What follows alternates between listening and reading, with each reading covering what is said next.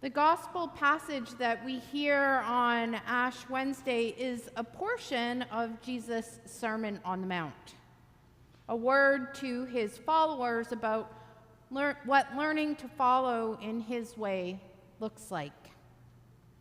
And he does this here by contrasting what following him does not look like with what it does look like. We hear about not being haughty and insecure or insincere in our prayer life, which includes the act of fasting, about recognizing that prayer and fasting is anything but putting on a show in order to gain praise and prestige. And he contrasts this with praying in secret, or rather, not for show, and says when fasting to continue to engage in life as usual, to not draw attention to yourself like a blinking neon sign. And then Jesus talks about our possessions, about not storing them up as treasures.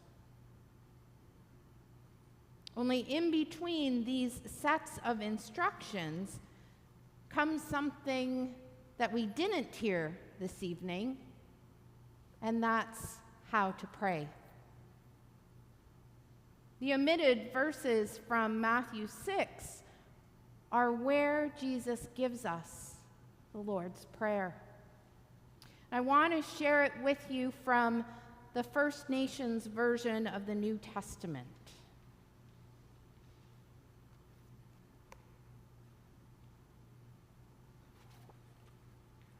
It goes like this.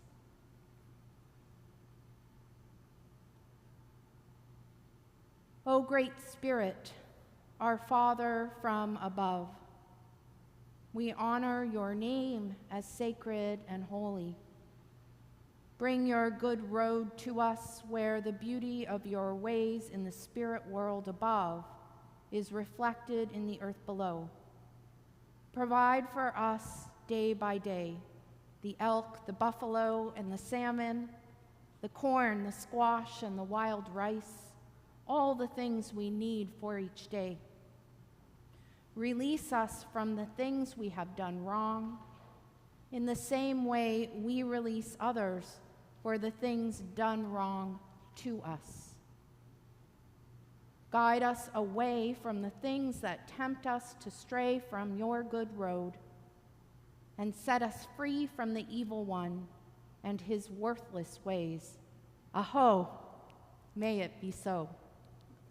Love that part. And this prayer, it lays out for us what it is to follow Jesus, to receive God's good road brought near to us in Jesus, and to do our best to illuminate this good road in and through our lives, to trust that we have been given enough for each day, and to recognize that when we forget this, which we will always be given another chance to accept and share God's love, and in turn, we will extend that grace to others.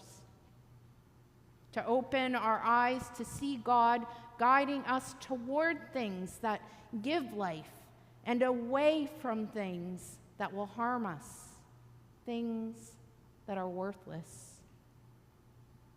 And to believe this is true and always at play in the world, even when we struggle to make sense of any of it. It is so. It all flows from here. This is the roadmap that shows us that we don't have to store up and withhold, worry and overcompensate, remain wounded and hardened of heart. That instead we can lean in and practice openness and generosity, trust and humility, restoration and curiosity. And in a way, this is what it also is to enter into Lent. Lent is a season that's stripped down to the bare essentials, which we practice through prayer and fasting and giving, by letting go of the things that fog up the glass and keep us from seeing God in and among us. Perhaps that's why we begin Lent with Ash Wednesday. Because starting with ashes, nothing gets in the way. How much more stripped down can you get than this? But do we receive these ashes as the gift that they are? Now, many of you know that I've had the deep privilege of serving as a priest at the Anglican Church in Garden River First Nation. And during my time there, I'm very confident that I learned and received much more than I gave, being welcomed not only into the church community, but the wider community as well. And in the life of the church, there was a distinctly beautiful intertwining of traditional Anishinaabe culture with Christian practices. And nowhere was this more prevalent than in death. When someone in the community died, a sacred fire was kindled, and it burned continually for 4 days, providing safe passage from this world to the next. The fire was tended by firekeepers, an honor, and they remained with the fire at all times of the day until the funeral. During the days of the sacred fire, friends, family, and community members would gather around to pray and offer traditional medicines, cedar, tobacco, sage, which would be consumed by the fire, lifting the prayers of the people to the Creator. And around the fire, stories of life and death were shared. There was laughter, tears, frustration, confusion, grief lived out in real time. And it was all underscored by a deep hope. In the summer of 2016, there was a death in Garden River, and things unfolded as they did. People gathered over several days around the fire, and then came the funeral at the community center. At the funeral, I officiated alongside elders. Again, the beautiful intertwining of traditions. And after the funeral, there was always a feast.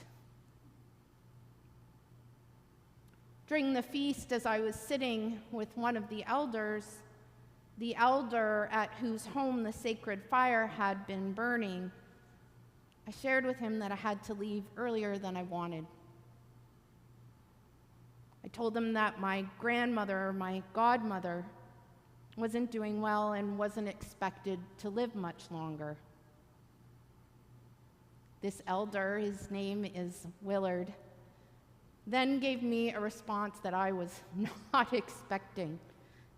He told me to go back to the house, go inside and find a glass jar from the kitchen, and then go out to the fire, which had burned down by now, and carefully scoop some of the ashes to bring to my grandmother to guide her on her journey home to the Creator.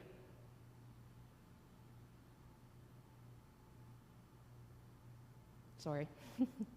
So my sister and I drove the 5 hours to see our grandmother for the last time with a jar of ashes from the sacred fire in the cup holder of the car.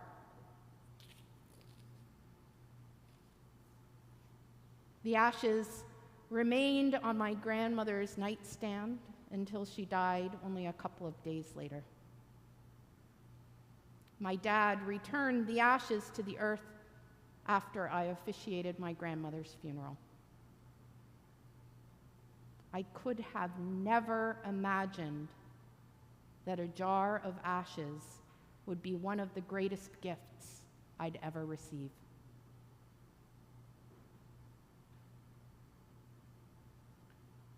Remember that you are dust, and to dust you shall return. We will hear these words spoken as remnants of the fire are smeared on our foreheads. A reminder of our earthiness, a reminder of our createdness, a reminder of the deep kinship we have with one another and all of creation. Dust, shaped and shared. It turns out God can do a lot with dust. May the gift of the ashes of this day lead us into a stripped down Lent, into a rediscovery of the bare essentials of our faith, which can be carried in a glass jar from the kitchen and will always be enough to sustain us for the journey.